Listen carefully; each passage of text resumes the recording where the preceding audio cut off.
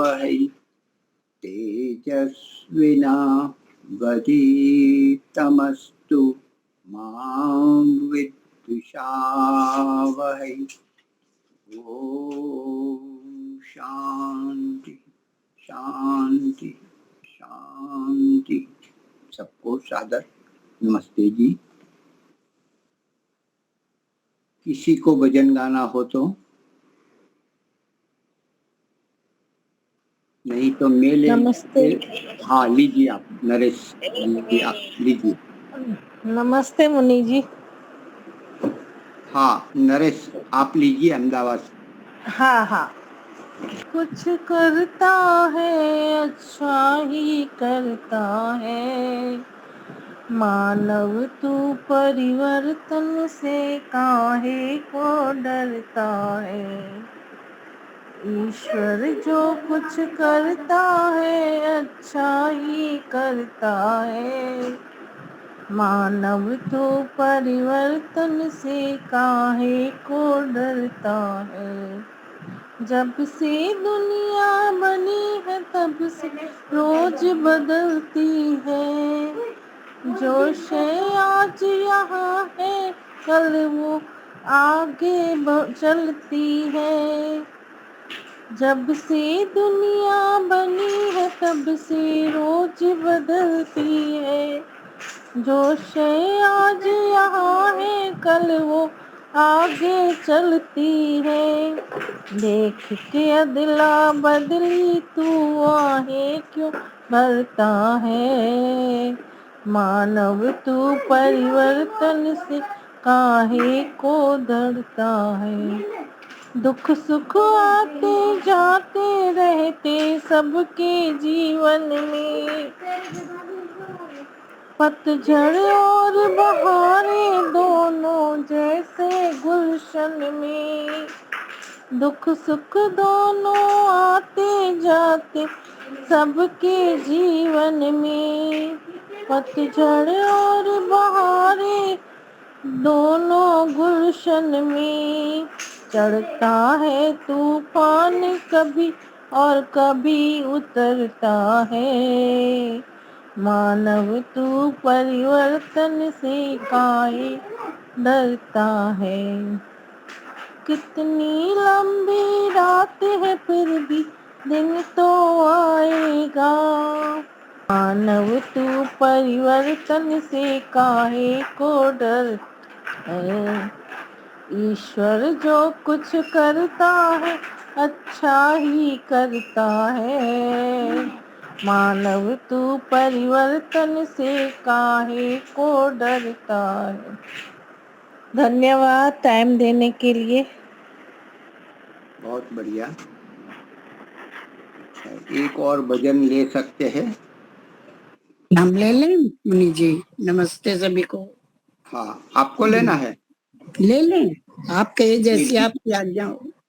लीजिए जी चलिए, सभी को सादर नमस्ते। जगत में चिंता मिटी है उनकी, शरण में तेरी जो आ गए, वही हमेशा हरे भरे हैं। शरण में तेरी जो आ गए हैं, न पाया तुमको अमीर बनकर, न समझा तुझको फकीर बनकर, उन्हीं को तेरे हुए हैं दर्शन। शरण में तेरी जो आ गए, जगत में चिंता मिटी है उनकी, शरण में ते।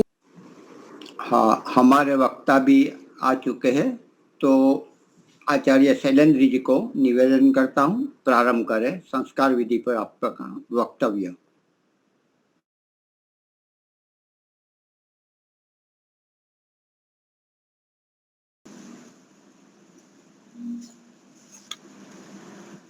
ओम जी आवाज आ रही है? नमस्ते आचार्य जी। ओम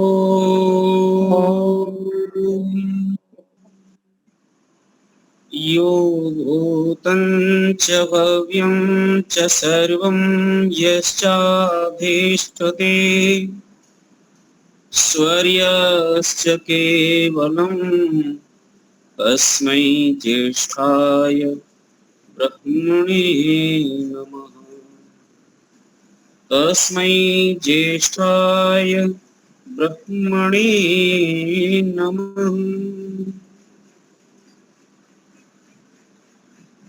श्रद्धे महेंद्र मुनि जी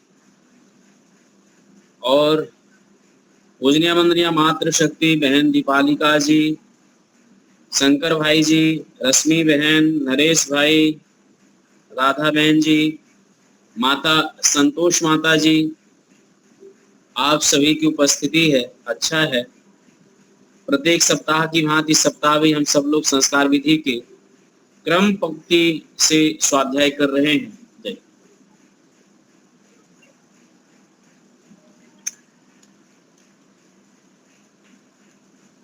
पिछली बार जो हम अग्नि प्रदक्षिणा करते हैं वर और वधू दोनों मिलके, वो श्रृंखला हम सब लोगों ने पूरा कर लिया है, वो प्रकरण पूरा कर लिया है।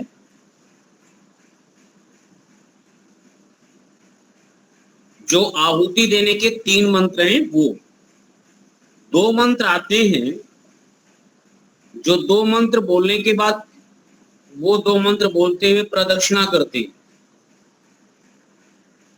लेकिन उससे पहले एक मंत्र है और वो मंत्र गृह सूत्र का है, और इस मंत्र का अर्थ बड़ा अच्छा है, इसलिए इसका भी स्वाध्याय करते जा रहे हैं कि ओम सरस्वती प्रेदम अवसुभगे वाजनीवती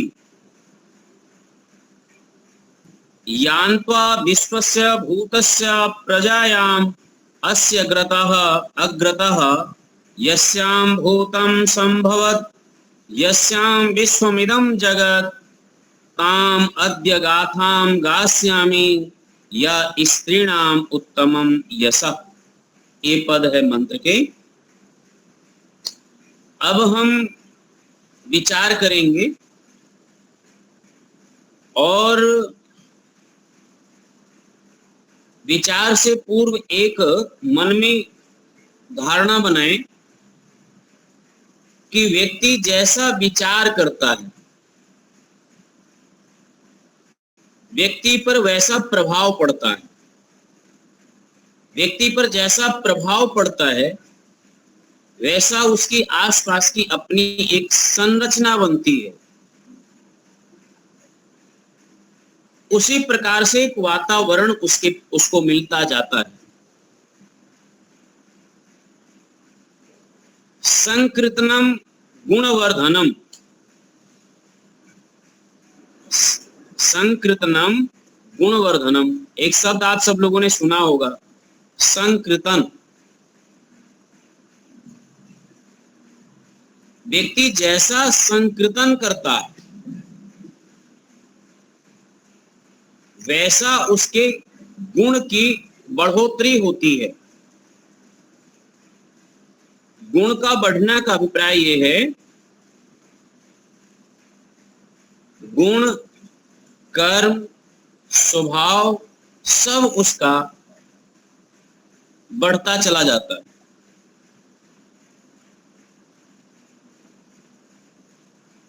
अब समकीर्तन है, संकीर्तन। संकीर्तन का कुछ अर्थ लोग ये समझते हैं कि वो ढोल ले लीजिए, मजीरा ले लीजिए, हारमोनियम ले लीजिए और उसके बाद जो पौराणिक भजन है या कोई भजन है या कोई नाम है उसको आप दोहराते रहिए, वो संकीर्तन है। वो अभी हो सकता है संकीर्तन। वो एक दायरे में संकीर्तन आता है कि बाहर का है। थोड़ा लोगों को यह सब करने का भी लाभ मिलता होगा।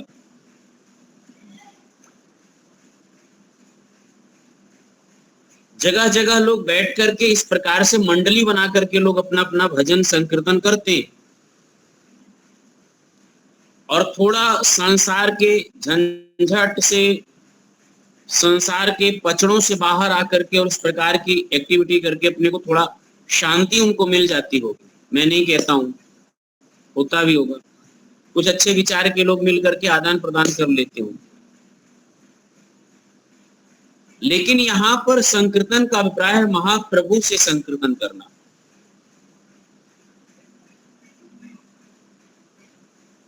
परमपिता परमेश्वर से मेल मिलाप की बात करना, उस पर अगाध श्रद्धा रख करके बातें होनी चाहिए, अगाध प्रेम रख करके उस पर बातें होती हैं।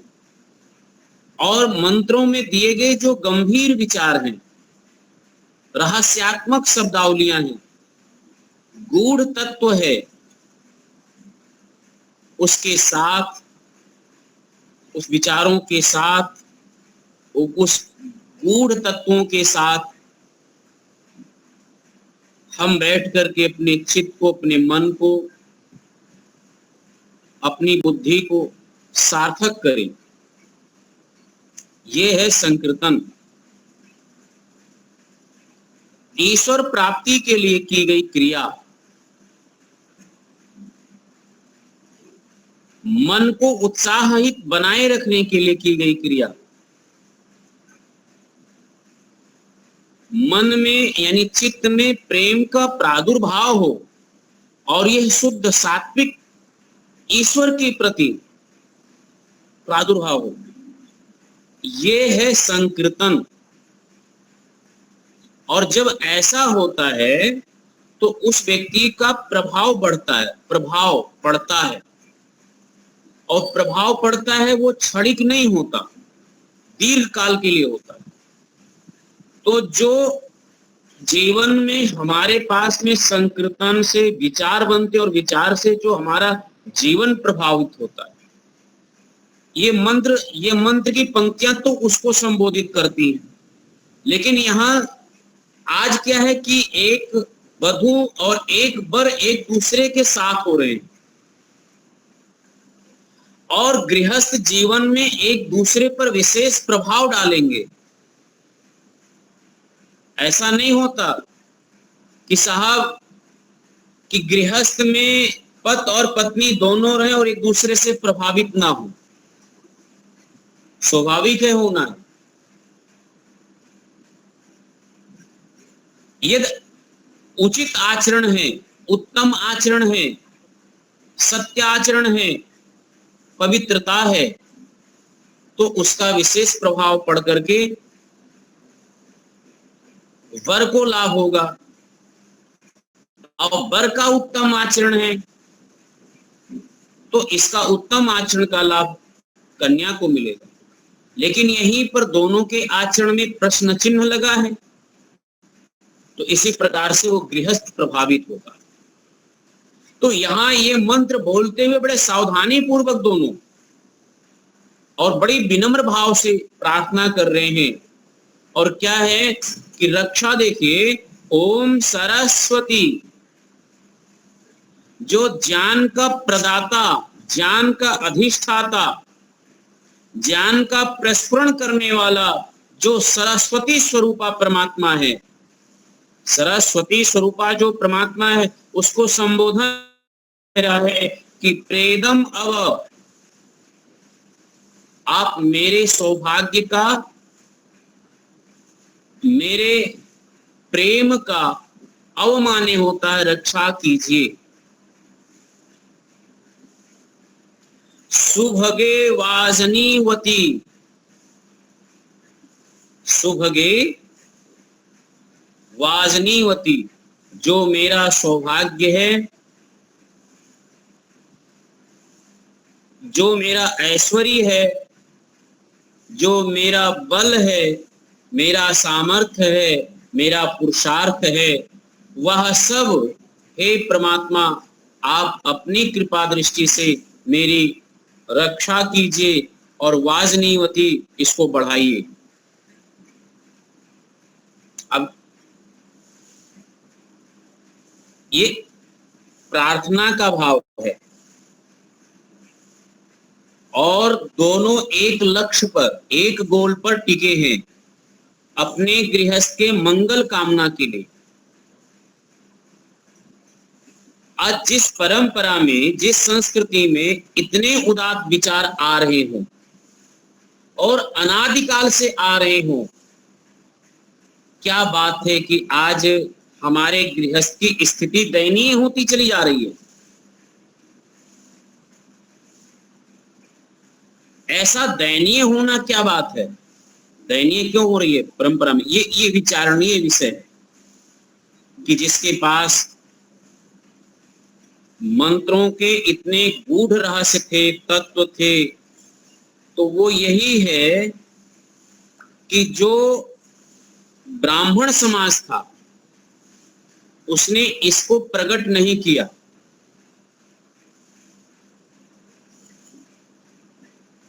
विवाह के जो वास्तविक स्वरूप हैं, जो मर्यादाएं हैं, वो पूर्णतः समाज पर लागू नहीं है, और जिस स्वरूप में लागू होना चाहिए उस स्वरूप में भी लागू नहीं है, क्योंकि यह सब बातें ना वर को पता है ना वधू को पता होती, और गृहस्थ में सीधा चले जाते हैं, और जाकर के ना गृहस्थ को चलाने का संकल्प वर में होता है और ना गृहस्थ को सुचारू रूप से चलाने का संकल्प वधू में होता है। दोनों गृहस्थ को चलाने के लिए संकल्प विहीन हैं। दोनों के मन में विचार कमजोर हैं, दोनों मन से शंका से युक्त हैं, और दोनों एक दूसरे पर अविश्वास का प्रस्ताव रखे हुए हैं। कैसे गृहस्थ चलेगा? जबकि विवाह की पृष्ठभूमि है कि दोनों एक दूसरे पर एक विश्वास रखें, एक अगाध श्रद्धा रखें, मन में गृहस्थ को चलाने का एक सुदृढ़ संकल्प होवे, दोनों को सामाजिक जो परंपराएं हैं उसका सम्माहन करने का, दोनों में नैतिक बल होवे। और जब ये बल ही शून्य है तो फिर गृहस्थ की जो स्थिति होनी चाहिए वही दिखाई देगा, वही परिदृश्य होगा, और वैसा ही होगा।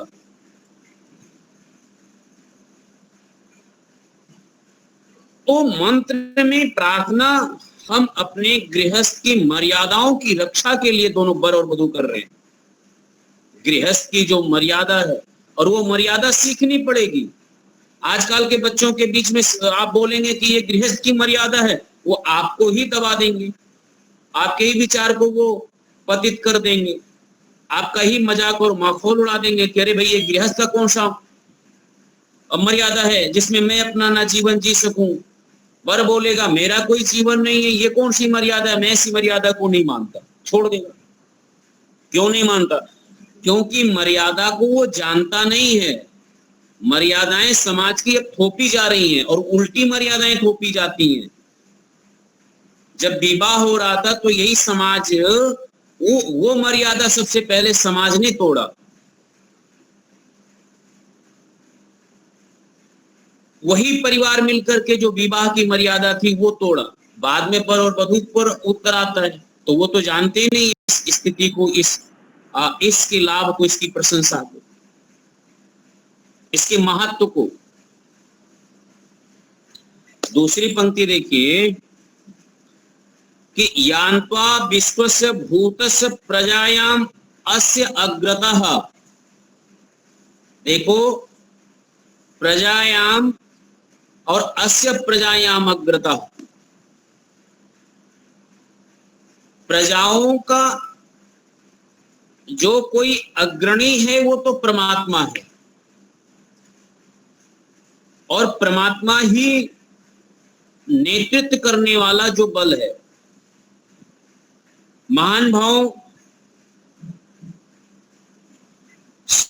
सृष्टिकर्ता, संरचना, परमात्मा सृष्टि करता है, ऐसा हम सब लोग विश्वास और मानते हैं। जगत की रचना और जगत के अंदर की सारी रचनाएं, फल फूल, वनस्पतियां, औषधियां, अन्न आदि, ये जो है वो निरंतर एक चक्र चल रहा है। एक फसल के बाद दूसरा फसल, दूसरे फसल के बाद तीसरा फसल, और पूरी सृष्टि में उत्पत्ति प्रलय इस प्रकार के समष्टि के अंदर हो रहा है। एक बार आपको सृष्टि बना करके ईश्वर देता है, एक बार समष्टि में सब ऋतुओं के अनुकूल, देश काल परिस्थिति के अनुकूल सब उत्पत्ति प्रलय होता है। ये दोनों व्यवस्थाएं चल रही हैं। और मनुष्य भी अपनी उत्पत्ति कर रहा है, नए नए टेक्नोलॉजी का नए नए आविष्कार कर रहा है, नई नई सब चीजों का। और ये ऐसा नहीं कि मनुष्य अभी कर रहा है, पहले शिल्पकार थे, राजगीर थे, बड़े बड़े सब सिविल इंजीनियर थे। कुछ ऐसा नहीं था कि पहले नहीं था।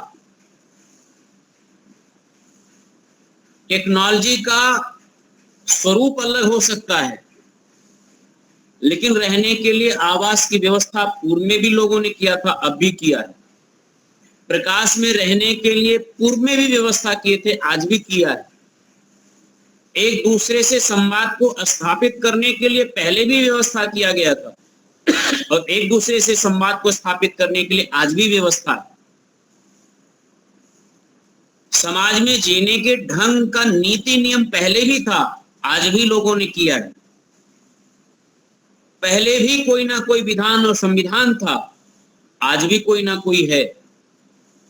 ये ऐसे चल रहा है। मनुष्यों के द्वारा भी बनाई गई सामाजिक व्यवस्थाएं, मनुष्यों के द्वारा बनाए गए साधन और सामग्री सब कुछ है, लेकिन इसके पीछे धीरे धीरे इसको तोड़ते जाइए और इसके अंतःकरण में जाइए तो आपको मिलेगा एक शक्ति कार्य कर रही है। मनुष्यों के पीछे जो शक्ति कार्य कर रही है वो बौद्धिक बल है। शारीरिक बल भी हो सकता है, लेकिन ये बौद्धिक बल, ये शारीरिक बल मनुष्य जो प्राप्त कर रहा है, उसका मूल कहां है? उसका मूल तो ये जो प्रजायाम अस्य अग्रता है, वो वर और वधू उस अग्नि के सामने कह रहे हैं कि देखो, प्रजा की उत्पत्ति का जो मूल कारण है वो तो परमात्मा है। और जैसा हमने कहा था कि इस प्रसविता स्वरूप, परमात्मा के प्रसविता स्वरूप का ध्यान करना, उसका संस्मरण करना, उसको याद करना, उसके स्वरूप का चिंतन करने का अर्थ है ये प्रसविता धर्म जो है वो वर के अंदर और वधू दोनों के अंदर होवे। क्यों गृहस्थ में जा रहे हैं? प्रजनन में पूरा ब्रह्मांड, प्रजनन धर्म में और प्रसविता धर्म में पूरा ब्रह्मांड समाहित है। कोई ऐसा नहीं है, कण से लेकर के ब्रह्मांड तक कहीं उत्सर्जन हो रहा है, कहीं स्थिति आप देखेंगे और कहीं पर वही प्रलय या विलय एक दूसरे में परिवर्तन होते हुए देख रहे हैं। सृष्टि बन रही है, सृष्टि बिगड़ रही है, सृष्टि स्थिति में है, सृष्टि प्रयोग में है। कहीं पर सृष्टि की बात हो रही है, कहीं पर समष्टि की बात हो रही है, और ये क्रियाएं निरंतर चल रही है, निरंतर। तो विशेष करके वर कन्या को कह रहा है कि आप मेरी उत्पत्ति धर्मा पत्नी, उत्पत्ति धर्मा जो है उसकी और आने वाली प्रजा की आप अग्रणी रहेंगी, और हमारे गृहस्थ की अग्रणी आप रहेंगी। यान्त्वा विश्वस्य भूतस्य प्रजायाम अग्रस्य अस्य अग्रता।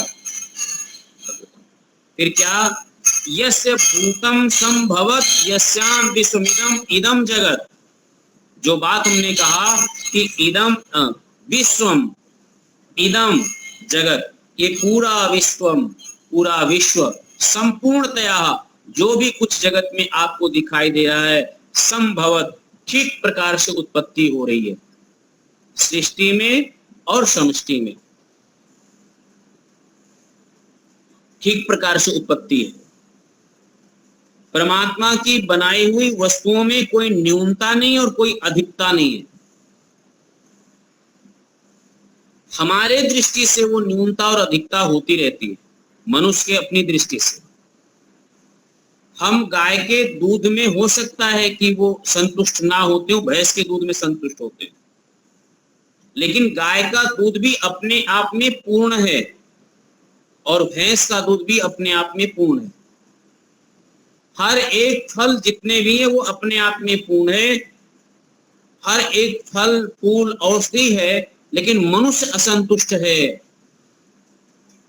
मनुष्य की पूर्ति, इच्छा की पूर्ति नहीं हो पा रही है, इसलिए वो नाना प्रकार के इस परमात्मा की व्यवस्थाओं में भी अपनी बुद्धि लगाता है, अपना विवेक लगाता है। परंतु संभवत, पंक्ति यह है, सम माने सम्यक प्रकार से, भवत माने उत्पन्न होता है और उत्पन्न होकर के स्थित में है।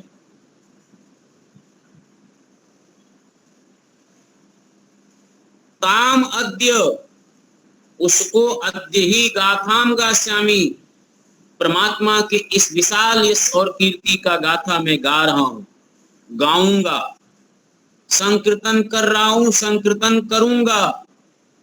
परमात्मा की स्तुति गा रहा हूं, परमात्मा की स्तुति मैं गाऊंगा। और जैसे मैं परमात्मा की स्तुति गा रहा हूं, परमात्मा की इस कीर्ति को गा रहा हूं, इस यश को गा रहा हूं, वैसे ही यदि हम परमात्मा के इन सब गुणों का आधान करें तो इसमें से अंश मात्र है कि ऐसे गुणों का आधान वर और कन्या दोनों में हो रहा है। तो देखिए, है क्या,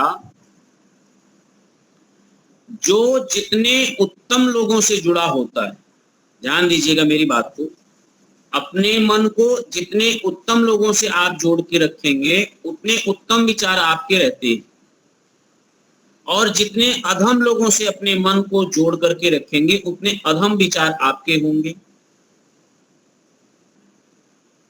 हम लोग कैसे कहते हैं कि ये देखो, ये, अब हम तो किसी समाज का नाम नहीं ले सकते, लेकिन मैं इतना कहूंगा कि हम लोग ये जानते हैं कि जो जुआरी होते हैं, शराबी होते हैं, जिनका एक अपना समाज भी होता है, उनके साथ हमारा विचार मेल नहीं खा सकता, हम नहीं जुड़ सकते। लेकिन जो ईश्वर प्रेमी है, आस्तिक है, सत्संग है, संकीर्तन है, साधना है, उनसे जुड़ने में मुझे बड़ा गौरव होगा।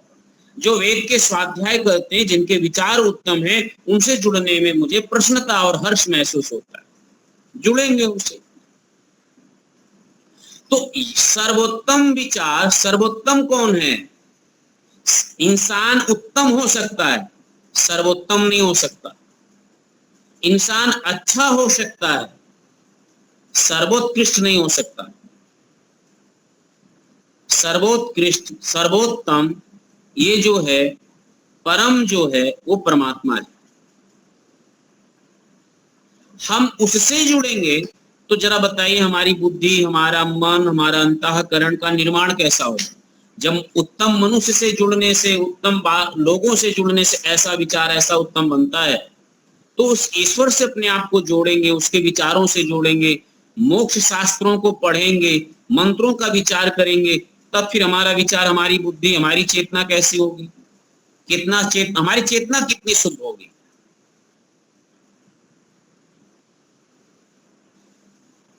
यहाँ वर और वधू अपनी चेतना को, अपनी बुद्धि को, अपने मन को, अपने विचारों को अग्नि के सामने ये प्रतिज्ञा कर रहे, कोई क्रिया नहीं कर रहे, सिर्फ इस पंक्ति को बोलते हैं।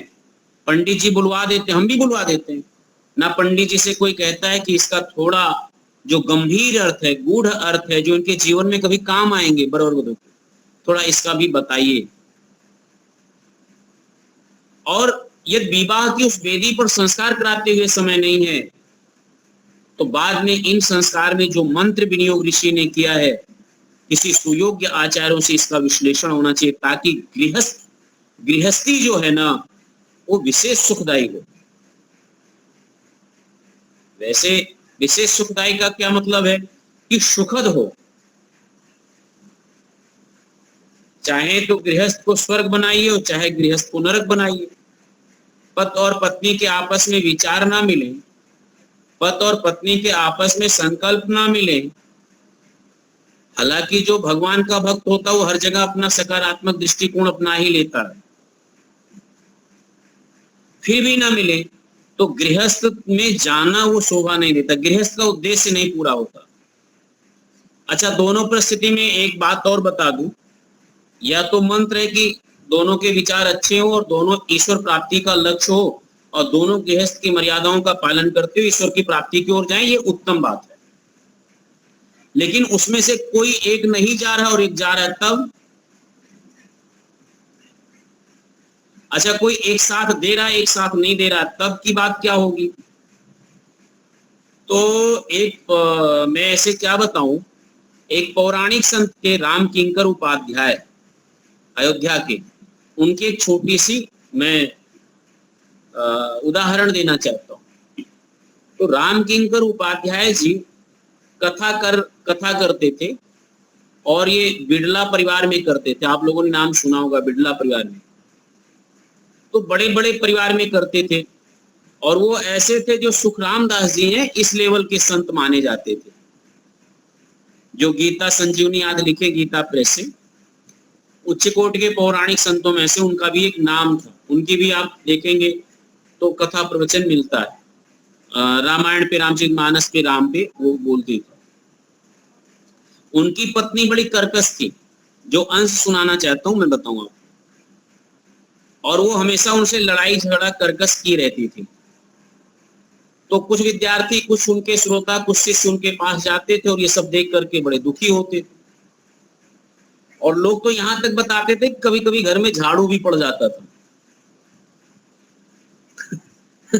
घर में इतने उच्च कोटि के विद्वान और घर में कभी कभी झाड़ू भी पड़ जाता, उठा लेती।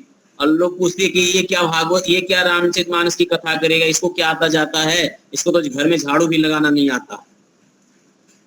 तो कोई शिष्य पूछा कि आप ऐसे कैसे इनके साथ रह रहे हैं?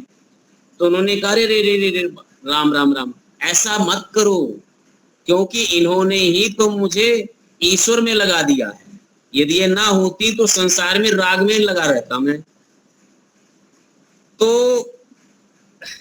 ऐसे कई लोग मिले जो है, कभी कभी संसार में लोग ढकेल भी देते, संसार से छुड़ा करके ढकेलने के लिए भी कभी कभी कोई ना कोई व्यक्ति इस प्रकार से मिला देता, ढकेल देता। लेकिन यदि आप ईश्वर के रास्ते पर चल पड़े हैं तब तो ठीक है, सब क्षम्य हो जाता है, सब बराबर लेवल हो जाता है।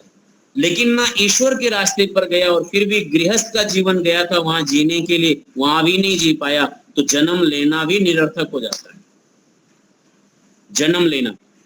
तो अभिप्राय ये है कि यहाँ पर कह रहा है स्त्रीणाम उत्तमम यशः, जो स्त्री का उत्तम यश है। पुरुष कह रहा है कि ऐसा आपका यश होवे कि जैसे मैं परमात्मा का यश है और उसको गाता हूं, वो मुझे भाता है, वो मुझे लुभाता है ईश्वर का। तो देवी आप भी वात्सल्य स्वरूपा हैं, आप भी मेरे गृहस्थ को चलाने वाली, मेरे प्रजा का, मेरे आने वाले संतानों की निर्मात्री होंगी। ऐसे शुभ आचरण रहे कि मैं आपके यश को, आपके उत्तम यश को कह सकूं, गा सकूं, बता सकूं। तो स्त्रीणाम उत्तमम यशा गाथाम गास्यामि, यानी वधू का ऐसा उत्तम आचरण हो, चरित्र हो, जीवन हो कि जो वर है वो समाज में बता सके, खड़ा हो सके, गा सके उसको यश, ये प्रतिज्ञा कर रहा है। ये इतनी बड़ी महत्वपूर्ण बात है। अब मान भाव,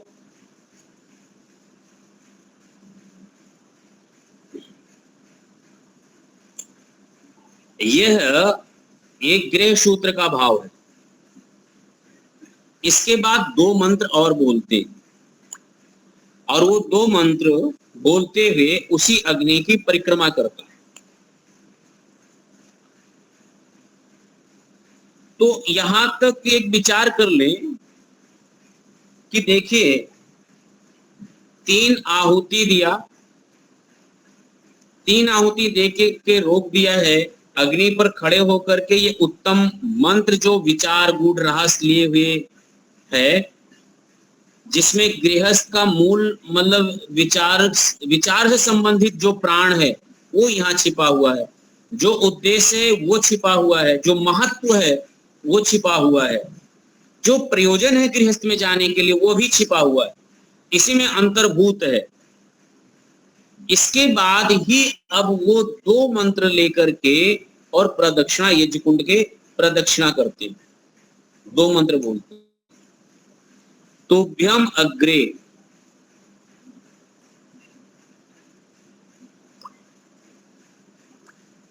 परिवहंत सूर्याम वह पुनः सह, पुनः पतिभ्यो जायाम द अग्ने प्रजया सह, ओम कन्याला पितृभ्या पतिलोकम यतीयमप दीक्षयामयस्त, कन्या उत त्वया वयम धारा उदन्या इवाति गाहेमहि दुषः। अब ये 2 मंत्र हैं। तुभ्यम अग्रे का अभिप्राय कि जो अभी वधू के रूप में है, अभी वो वधू के रूप में है, लेकिन यहीं से अब वो पत्नी का रूप धारण कर रही है। देखिए, अभी तक वर कन्या वर कन्या वर कन्या, वर वधू चल रहा है, लेकिन जैसे पति लोकम प्रदक्षिणा करते करते करते करते पिता का कुल छूटता है, पति का कुल प्राप्त करेगी और पति के कुल को प्राप्त करती है, 3 बार इसको बोल करके।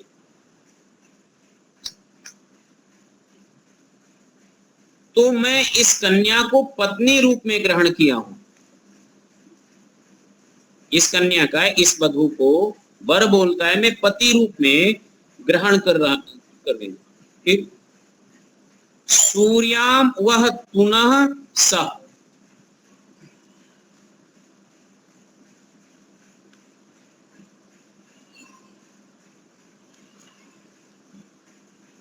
जायाम द अग्ने प्रजया सह, और मैं इस कन्या से सुसंस्कृत प्रजा को प्राप्त करूंगा, सुसंस्कृत गृहस्थ को प्राप्त करूंगा,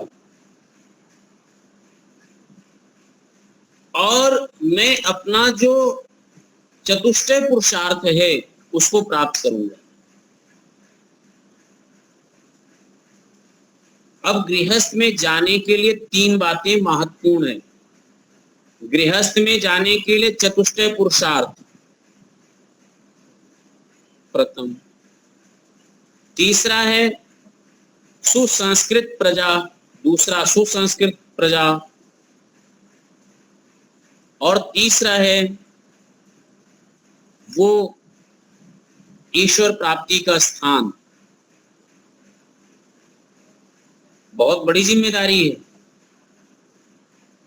छोटा मोटा दायित्व तो नहीं है। इसमें से तीनों में से सुसंस्कृत प्रजा केवल एक बचा हुआ है, यदि वर और वधू जाते हैं। चतुष्टय पुरुषार्थ और ईश्वर प्राप्ति ये छूट गया है प्रत्येक गृहस्थ में। हाँ या ना? नहीं महेंद्र भाई, 2 चीजें छूट गया है। गृहस्थ में ईश्वर प्राप्ति का कोई चिन्ह नहीं मिलेगा आपको, है ही नहीं। चतुष्टय पुरुषार्थ में धर्म और मोक्ष ये दोनों छूट गया। मोक्ष में वैसे अंतर्निहित है ईश्वर प्राप्ति, लेकिन धर्म और अर्थ,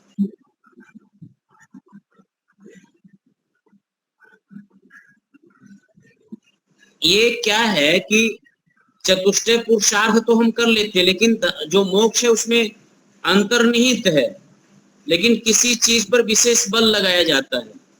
चतुष्टय पुरुषार्थ की सिद्धि भी बिना परमात्मा की कृपा से नहीं होता, बिना उसकी भक्ति का, बिना उसके ज्ञान का कैसे करेंगे?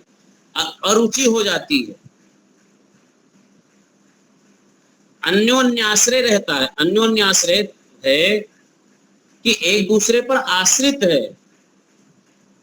बिना तप के ईश्वर की प्राप्ति नहीं होती, और बिना ईश्वर प्राप्ति यानी बिना ईश्वर की कृपा के तप नहीं होता। बिना ईश्वर की कृपा की भक्ति नहीं होगी, और बिना तपस्या के ईश्वर प्राप्ति।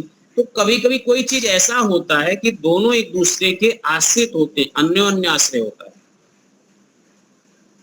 आप कृपा की अनुभूति सतत करिए। हम और आप पढ़ रहे हैं और हमारे श्वासें चल रही हैं, ईश्वर इतना शक्ति सामर्थ्यवान बना करके रखा है कि बड़ी उत्साह के साथ, पूरी चेतना के साथ हम पढ़ रहे हैं। और कुछ लोग बिना तपस्या के पढ़ रहे हैं, वीडियो अपना ऑन कर लिया, ऑफ कर लिया, उसके बाद आधा नींद में है, आधा कान में लोरी सुनते हुए और प्रवचन सुन रहे हैं। निद्रा में भी है, तंद्रा में आधी बात जा रही होगी, अच्छी है, लेकिन जो पूर्णतः चैतन्य होकर के सुनना है वो, और जो आधा मन में निद्रा तंद्रा लेकर के सुनना है वो, दोनों में एक सादृश्यता कभी नहीं हो सकती। जो चैतन, पूर्ण चैतन होकर के जग रहा है, सुनता है, या पूर्ण चैतन होकर के ज्ञान को प्राप्त करता है और वो आस्तिक है, तो ईश्वर का बोध प्राप्त करता है। वो उसके अंदर संबोध्य होता है कि ईश्वर की कृपा से आज मेरी संध्या अच्छी हुई, ईश्वर के कृपा से आज मेरा योग, मैं जल्दी जग गया। लो, अब जगने में क्या है, जगा तो व्यक्ति है, लेकिन कहता नहीं ईश्वर की कृपा से आज मैं सुबह सुबह जग गया और मेरी नींद बड़ी अच्छी रही, मैं बड़ा तरोताजा रहा और पूरा योगासन प्राणायाम और ध्यान आदि कर लिया, हो गया मेरा। तो जगा व्यक्ति योगासन प्राणायाम ध्यान कर लिया, लेकिन कह रहा कि ईश्वर की कृपा से हुआ, नहीं मैं तो महा आलसी आदमी, मैं जल्दी जग ही नहीं सकता, उठ नहीं सकता, बैठ नहीं सकता। वास्तविकता आपके संकल्प में ईश्वर जुड़ा है, तो आप देखिए कि सुबह नींद स्वतः खुलती है। मतलब ये अपनी भावना पर निर्भर है। अभी कोई कहे कि नहीं सर्टिफिकेट मेरे साथ ऐसा नहीं होता, आपके साथ होता होगा, मुझे क्या पता। भाई अब हमारे साथ होता है, मुझे पता है, अब आपके साथ नहीं होता, आप जानिए। बहुत सी चीजें आप पल पल क्षण क्षण ईश्वर का अनुभव करने में समर्थ हैं। हर एक क्रिया के फल की प्राप्ति हो रही है, लेकिन वो फल के मूल में आप लगभग ये मान के चलिए 95 ईश्वर का योगदान होता है सदैव। और यह भी समझ लीजिए, ईश्वर का फल शुभ होता है और ईश्वर शुभ ही करता है, ईश्वर शुभ की ही प्रेरणा करता है। ईश्वर हर विपरीत स्थितियों में ईश्वर की तरफ से जो भी संदेश है वो आनंद है, उत्साह है, सब है। तो ऐसा ही है। तो गृहस्थ में चतुष्टय पुरुषार्थ का जो बहन का है, मोक्ष और मोक्ष में ईश्वर प्राप्ति का तो आ ही जाता है, लेकिन हम यहाँ पर विशेष करके इसीलिए कह रहे हैं कि ईश्वर प्राप्ति का एक केंद्र में हमारे पास में होना चाहिए, एक ध्यान कक्ष होना चाहिए, एक जहां पर आप बैठ करके थोड़े देर आप अपना चिंतन मनन, अपनी आत्म संतुष्टि आप व्यक्त कर सकते हो। आपके पास टीवी के लिए, डीजे के लिए, मोबाइल के लिए, सोफा के लिए, कुत्ते के लिए, बिल्ली के लिए, कबूतर के लिए, मतलब सबके लिए जगह है। लेकिन जहां आप ध्यान कर सके बैठ करके, जहां पर आपको एक शांति प्राप्त हो सके, थोड़े देर आप संसारी झंझावट से दूर हो सके, ऐसा कोई चिन्ह मिले, ऐसा कोई आपके पास बहुत कम लोगों होगा, ऐसा बहुत सारे लोग होंगे, लेकिन कुछ लोग बना भी लेते हैं तो वहां धूल मिट्टी खाक रहता है, किसी दिन पोछा भी नहीं लगता होगा तो नहीं लगता। तो कहने का अभिप्राय यह है कि जब हम अपने केंद्र में ईश्वर प्राप्ति का रखते हैं, चतुष्टय पुरुषार्थ भी ईश्वर की तरफ, और ईश्वर भी चतुष्टय पुरुषार्थ में कृपा बनाए रखता है। बिना उसकी कृपा के, बिना उसकी दया दृष्टि के हम कैसे कर सकते हैं। तो ये सब जब ईश्वर की प्रेरणा होती तो ईश्वर अपने भक्तों को एक साथ, उसके जितने भक्त होते हैं, जितने श्रद्धा विश्वासी होते हैं, एक साथ मिलने लगते हैं। महेंद्र भाई गांधीनगर के, शैलेंद्र भाई उत्तर प्रदेश सिद्धार्थ नगर के, कैसे मिल गए। ये सब धीरे धीरे कोई ना कोई निमित्त बनते जाते हैं, उसी प्रकार के लोग मिलते जाते हैं। हमारे से तो और कोई ओसामा बिन लादेन नहीं मिलने आया, ना हम उससे मिलने गए, और भी तो किसी के क्रिमिनल से तो हम ना मिल पाए, ना वो हमसे मिल, हम लोगों तो दूर दूर तक किसी इस प्रकार के व्यक्ति से कोई वही नहीं है लेना देना, ना हम उसको जानते ना वो मुझे जानता होगा। लेकिन जो इसी प्रवृत्ति के होंगे, जो इसी व्यवहार के होंगे, वो हम लोगों को नहीं जानते होंगे, हम उसको नहीं जानते। तो ऐसा है, मिलते जाते हैं, उसका ऐसा क्षेत्र बनता जाता है, ऐसे लोग होते हैं, वैसी प्रकार की उसकी जीवन होता है, और उसी में वो धन्यता का बोध करता है, उसी में उसकी धन्यता का बोध होता है। तो ये जो दो मंत्र हैं जिसमें वो कन्या का साथ इसलिए ले रहा है चतुष्टय पुरुषार्थ की सिद्धि प्रमुखता से, और प्रजा की प्राप्ति, और सुसंस्कृत प्रजा की प्राप्ति, ऐसे वैसी नहीं, अपयश फैले ऐसी प्रजा नहीं, कुल में कलंक लगे ऐसी प्रजा नहीं, जो अपने राष्ट्र को और गौरव महसूस ना करे, अपनी संस्कृति में, जिसको अपने संस्कृति का गौरव ना हो, ऐसी प्रजा नहीं, भ्रष्ट प्रजा की कामना नहीं है। तो यहाँ जो प्रजा की कामना है, पुनः पतिभ्यो जायाम दा अग्नये प्रजया सह, मैं ऐसी प्रजा के लिए, प्रजा के साथ, निर्माण के साथ, मैं आज से आपका पति हूं और आप मेरी पत्नी हैं, मैं आपका स्वामी हूं, आप मेरी स्वामिनी हैं। ये मंत्र बोलते हुए उसको ले रहा है। कन्याला पितृभ्य, जो आप कन्या हैं, और कन्या तब तक थी जब तक आप अपने पिता के कुल से जुड़ी हुई थी, लेकिन पति लोकम, आज से आप अपनी पति के कुल से जुड़ रही हैं, पति के लोक को प्राप्त, यानी पति के स्थान को प्राप्त कर रही हैं, और यतीयो अपदीक्षामयष्टा, और इससे आप दीक्षित हो रही हैं।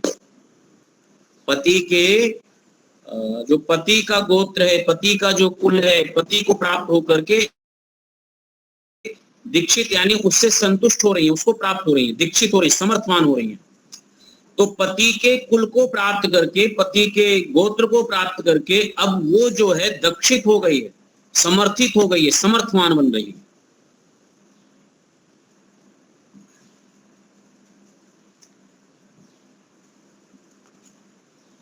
ये कन्या का पिता भाई आदि को छोड़ करके पत्नी के रूप में जो प्राप्त हुई है, यह सदा मेरे साथ रहे। सदा मतलब थोड़े देर के लिए नहीं है कि कुछ देर के लिए है, और कामादि शत्रुओं को जल की तरह बहा दे। गृहस्थ में कन्या उता त्वया वयम धारा, उत त्वया वयम धारा, उदन्या, उदन्या माने जल। तो काम आदि जो दोष हैं, उसको ऐसे दूर करे जैसे लोग गंदे जल को छोड़ देते, बहा देते हैं। तो अब एक बात तो यहां निश्चित हो रहा है कि विवाह की वेदी में, कि काम तृप्ति के लिए, वासना की तृप्ति के लिए विवाह नहीं करना चाहिए। यह विवाह संस्कार नहीं होता। अपनी वासना तृप्ति के लिए, काम वासना की तृप्ति के लिए ये गृहस्थ में जाना ठीक बात नहीं है। गृहस्थ में जाते हैं तो उसका लक्ष्य और है, लेकिन आज गृहस्थ में जाने का लक्ष्य लोगों ने कुछ और ही बना लिया है। इसका उल्टा ही है। और जब जब भोग बढ़ेगा तब तब रोग बढ़ेगा, और रोग का मतलब है दुख। वो मानसिक रोग बढ़े, संबंध से संबंधित रोग बढ़े, रिश्तेदारियों का रोग बढ़े, रिश्तों का रोग बढ़ता है, रिश्तों का रोग बढ़ता है। आपस में रिश्ते जितने सहयोगी होते हैं उतने ही रिश्ते विद्रोही होते हैं। रिश्ते जितने सहयोगी होते हैं, रिश्ते उतने ही विद्रोही होते हैं। यहां तक रिश्ते खून देने वाले भी होंगे और रिश्ते में खून लेने वाले भी होंगे, दोनों मिलते। कब मिलते हैं? वो स्थिति ऐसी उत्पन्न होती है क्योंकि गृहस्थ में जाने का जो उद्देश्य था वह सब बदल गया, विपरीत हो गया है, अर्थहीन हो गया है। और अर्थहीन किसी और ने नहीं किया है, पश्चात संस्कृति को अपनाते अपनाते, दूसरे की संस्कृति को अच्छा मानते मानते और अपनाते अपनाते हम इस पतन तक पहुंच गए, इस गर्त तक पहुंच गए कि यहां पिता पुत्र का, पत्नी पति का, पति पत्नी का, सब एक दूसरे की। जो इतिहास में नगढ़ रहा होगा कि कोई पति अपने पत्नी की हत्या किया हो या कोई पत्नी अपने पति की हत्या किया हो, आज से 200 साल पहले की घटना, 200 साल पहले की घटना आप उठा करके देखिए, इस प्रकार के कृत्य नहीं मिल सकते। और मिले भी होंगे तो मुसलमानों के मिलेंगे। कंस को आप इतना क्रूर मान रहे हैं, अब जाने दीजिए इतिहास के घटनाओं में जाने पर। वो बहन को सीधे मार सकता था, कितना देर लगता देवकी को मारने में, नहीं मारा। अच्छाई उसकी नहीं गिन रहा हूं, ये तो उस समय से अभी तक हम लोग उसको गाली देते आ रहे हैं, रावण के और कंस के। लेकिन आज रावण से 10 गुना, हजारों गुना अपराधी, कंस से आज सैकड़ों गुना अपराधी, जरासंध से ज्यादा क्रूर समाज में उत्पन्न होते हैं। और ये समाज में इसलिए कि हमने अपनी जो सामाजिक मर्यादाएं थी, जो सामाजिक संस्थाएं थी, जो सामाजिक मान्यताएं थी, जो संस्कृति की विरासत थी, उसको हमने धराशाही किया है पश्चात संस्कृति को अपना करके।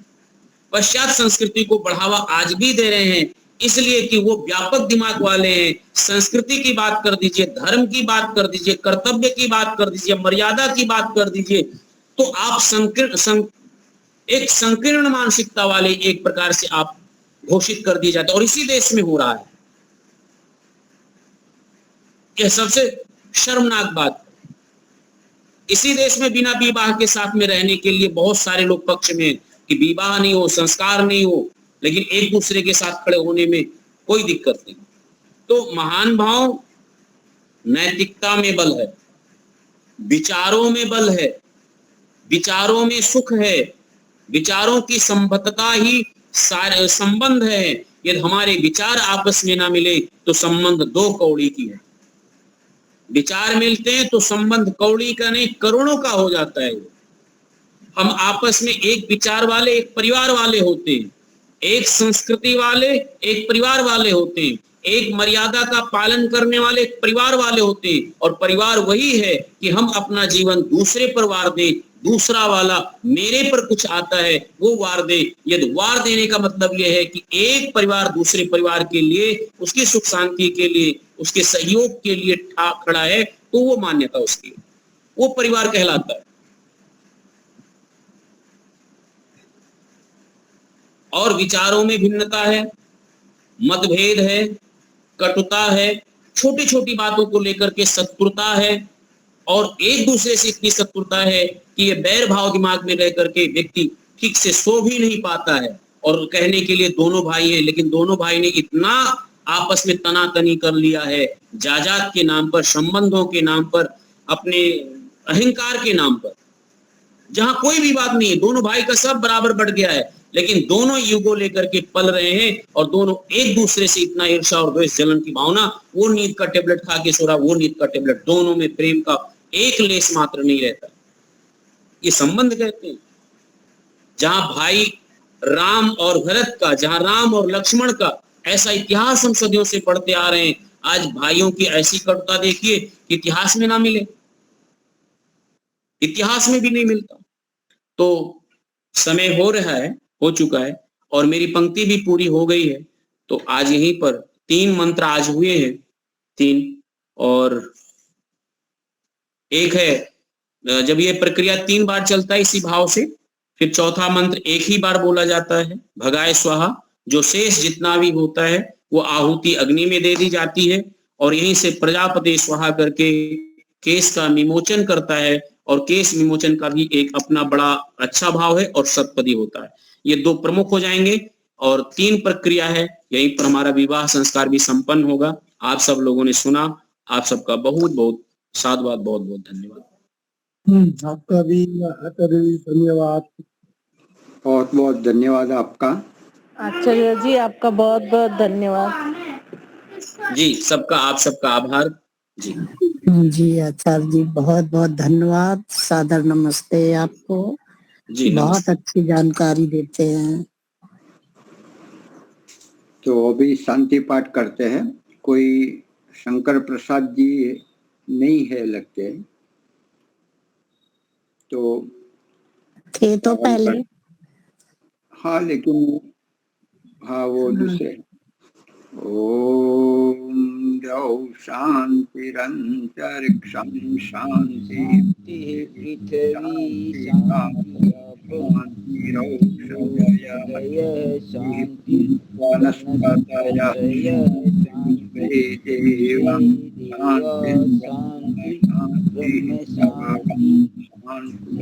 शांतिरेव शांति शांति। ओम शांति शांति। जी जय घोष बुलाइए। जो बोले सो अभय।